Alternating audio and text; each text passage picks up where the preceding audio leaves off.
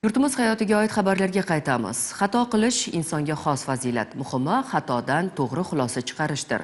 Jinoyat ishlari bo'yicha Kitob tuman sudida probatsiya nazoratida jazo o'tayotgan mahkumlarning ishlari ko'rib chiqilib, 12 nafar mahkum muddatidan avval shartli ozod qilindi. Shavkat Aminov mavzuni davom ettiradi.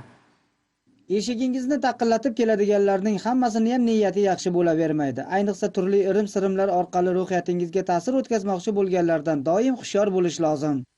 Uyinga duo bor deb olganman, bo'ldi. Sherikim olgan, men ham shuni ustiga bor edim. Nima olgansiz? 500 mingmi shuncha pul olgan bo'ldi. Bunaqa hiylalar girdobiga tushganlar oramizda ko'plab topiladi. Biroq hiylakorlarning ham manzili o'zlari o'ylaganidek uzoq emas. Birinchisiga bilmadik, ikkinchisiga, uchinchisiga qo'lga tushdik. Qilgan ishimga pushaymonman, qilmayman endi, bo'ldi.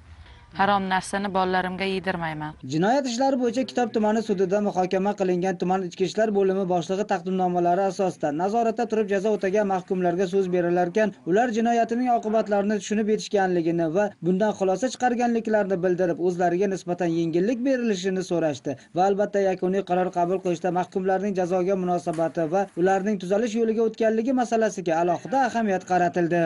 Kitob tuman ichki ishlar bo'limi taqdimnomasi qamoqlantirilgan Xo'jaqulov Ulug'bek Alioğlu jinoyatkor 73-modda 3-avvalda o'talmay qolgan 1 yil 4 oy 16 kun axloq saqlash jazosini o'tashdan muddatdan shartli ravishda ozod qilinsin.